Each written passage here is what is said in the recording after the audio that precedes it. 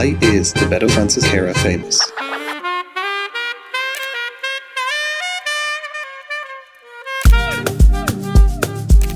Is it his famous works, including the notable Startup Lines campus in Kenya, the community-focused Benin National Assembly, or the many schools, houses, and medical centres he has set up in his home country of Burkina Faso? Or is it his community spirit and leadership that helps him harmonise his German architectural schooling with his native African origin to create comfort like no other? How did a child leaving the safety of his family only at the age of 7 to attend school thousands of miles away grow up to become the first, and as of 2025, the only African Pritzker Prize winning architect? Diébédo Francis Kéré's story begins in the small village of Gando, Burkina Faso, where he was born in 1965 to his mother Naba Tenga and her husband, the village chief Mamadou Kéré. Despite his father's leadership position, Kéré's family was not wealthy by traditional standards. While the title of chief carried respect and authority, the community was still relatively rural and lacked many resources. Kéré's upbringing in Gando was shaped by the limitations of the environment, where infrastructure, education, and access to resources were scarce. His humble context, coupled with the influence of his father's leadership and his mother's love, helped shape Kéré's worldview and his drive to improve the conditions of his community and beyond through architecture. He is noted as saying, "She gave me the love to love other people and to do my work." It was this love that pushed him to leave Gando at the tender age of 7 to seek his education in the capital city, Ouagadougou. In an interview, he recalled, "His school had abandoned light. The classrooms were hot and dark, with furniture that wobbled and loose nails protruding from them. It was here his interest in the environment began, his endless pursuit for comfort." In 1985, at the age of 20, Francis was awarded a scholarship by the Karl Duisberg Society, enabling him to move to Germany to study carpentry. After graduating at the age of 25, he spent the following 5 years working and gaining practical experience before beginning his architectural studies at the Technological University of Berlin in 1995. While a typical architecture program takes about 5 to 6 years for an undergraduate or master's degree, Kéré's path was non-traditional, marked by challenges such as language, finances, and a deep integration of local and global design philosophies, all of which contributed to him graduating with a master's at the age of 39. While his architecture firm, Kéré Architecture, was founded the following year in 2005, Francis had already completed his first project in 2001. Returning to his hometown of Gando, Francis constructed the Gando Primary School. The Gando Primary School is a landmark project because it combined local African building traditions with the advanced techniques he had learned in Europe. The school used compressed earth blocks with concrete beams upholding a large overhanging tin roof. This tin roof is multifunctional. Not only does it protect against the sun, it also allows natural cross ventilation, maintaining cool internal room temperatures. As the large overhanging roof provides shade throughout the building's daily cycle, it too protects against flash flood rains on an annual cycle. These are just some examples of Kéré's forward-thinking design, drawing upon his own native experiences. He creates spaces of safety and security, stating that comfort is the ultimate luxury. The decision to use compressed earth blocks was an intentional decision to take the local vernacular building techniques of clay walls and straw roofs and elevating them with newer technologies. The compressed earth blocks could be constructed cheaply and easily by locals with indigenous resources. They also acted to trap the sun's heat during the day, keeping the interior room cool, while then releasing this warmth during the evening when the outside temperature drops. This clever use of passive environmental strategies are at the heart of Kéré's natural philosophy and was one of the many reasons the project received the Aga Khan Award for Architecture in 2004. The school project was largely funded by donations Francis gathered from supporters in his domicile country, Germany. While the German donors stipulated that no child labour be used during the construction, the local women in Gando objected strongly.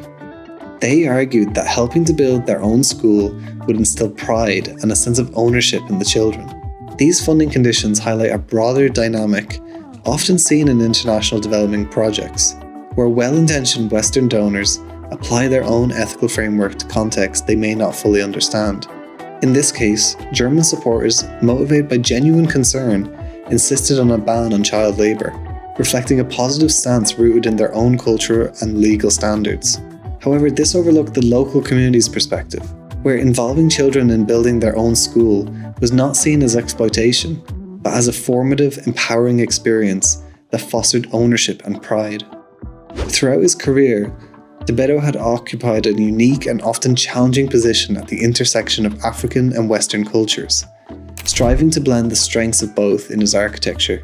His work consistently seeks to reconcile the technological advancements and formal education he gained in Europe with the deep, context-specific wisdom and resourcefulness of traditional African building practices. Kéré's architecture embodies a dialogue between two worlds. His struggle and triumph lies in proving that innovation does not have to mean erasure, and that progress is most meaningful when rooted in cultural respect and inclusion. Kéré's Gando Primary School opened in 2001 and was later expanded upon from 2006 to 2008 with additional classrooms and a new library in 2012. These are all serviced with an adjacent playfield and the 2004 teachers' housing. The Gando Secondary School was later developed to the north between 2014 to 2021. Other notable projects of Kéré's can be found further north again, with the Songtaba Women's Centre in 2022 and his atelier, or workshop studio, built in 2019. Together, these projects reflect a gradual yet transformative vision for Gando, where architecture becomes a catalyst for social, educational and economic development. Further afield, Francis Kéré began working in 2010 on his ambitious community project for an opera village. Since 2011, a number of the buildings have been constructed in stages, for and in collaboration with the surrounding community, using clay, wood and laterite stone found on site. The as-yet unbuilt opera house at the centre of the village is envisioned as a spiral, its open-ended form symbolising the freedom of possibility, but has since come under threat. In 2014, the people of Burkina Faso successfully prevented President Blaise Compaoré's attempt to extend his 27-year rule of the country. On October 30th, 2014, demonstrators stormed and set fire to the National Assembly building, signalling the collapse of public trust in Compaoré's leadership. As the protests escalated and the military turned against him, Compaoré was forced to resign on October 31st and fled to the Ivory Coast, where he has remained in exile. From the ashes of his political upheaval, Diébédo Francis was invited to envisage a new seat of government, a bold, visionary structure that would physically and symbolically embody a new era of transparency, civic engagement and hope. His design proposed a monumental stepped ziggurat with green terraces for agricultural plots and markets. The facade would stretch lightly over the building, creating a free-to-use public space, intertwining the parliament and its people. It was a building meant to invite people in, not to keep them out. He took his understandings of natural ventilation, implemented it in his early works, and imagined them working here at a larger scale, with a huge, covered, semi-enclosed space allowing free airflow to ventilate the building and provide solar protection.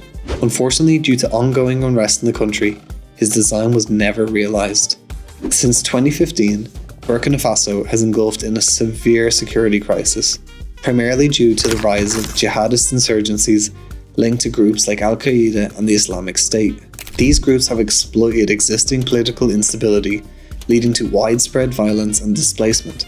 As of 2025, over 2.1 million people have been displaced, and between 30 to 50% of the country's territory is under the control of non-state armed groups. One of the most affected sectors is education. Armed groups have targeted schools, viewing them as symbols of Western influence.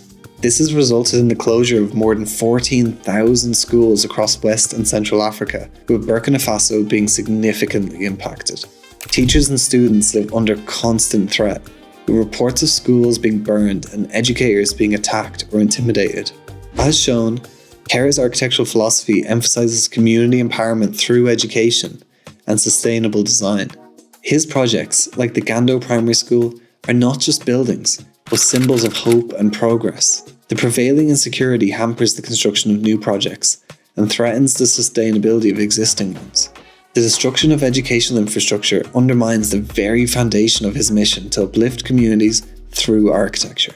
While tensions in the area continue, many of his future projects remain in jeopardy.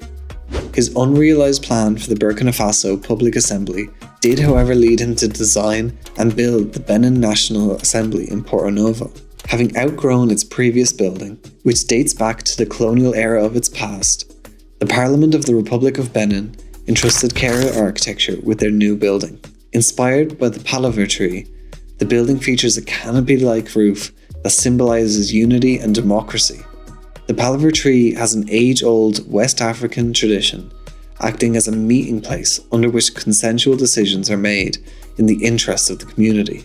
This tree is a timeless symbol, having borne witness to previous generations, inspiring respect for the majestic force of nature.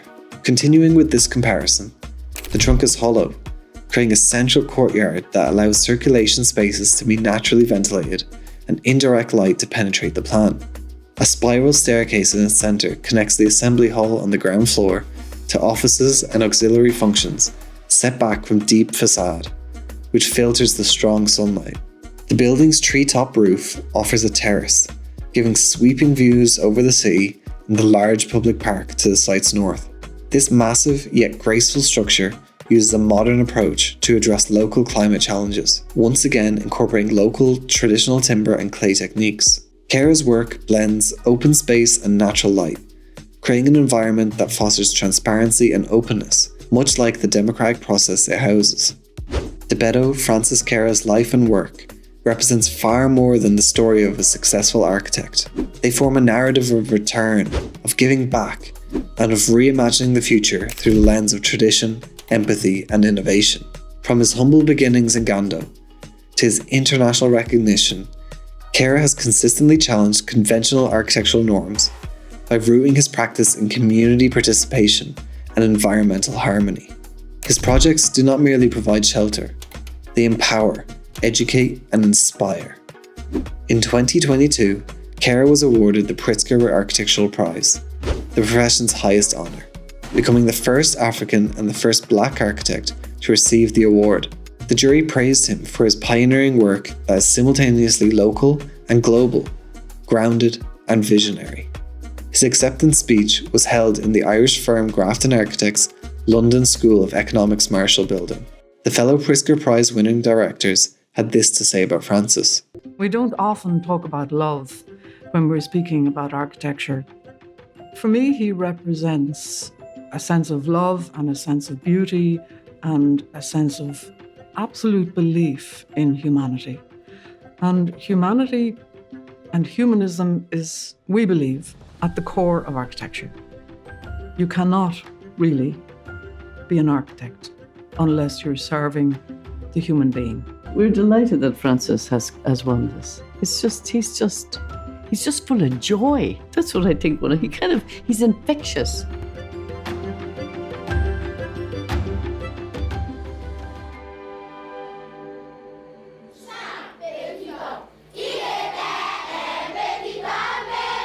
This recognition not only celebrates the brilliance of his designs, but also affirms the profound social impact of architecture when it is guided by purpose and compassion. Kéré has defined his legacy through schools built with earth, courtyards open to the sky, and communities that now have spaces where knowledge, health, and democracy can flourish.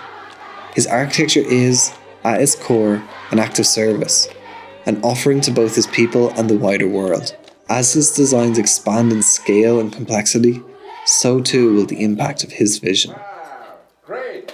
Wow, fantastic! Wow, you see? So that is the future, and we have to invest in it. Yeah.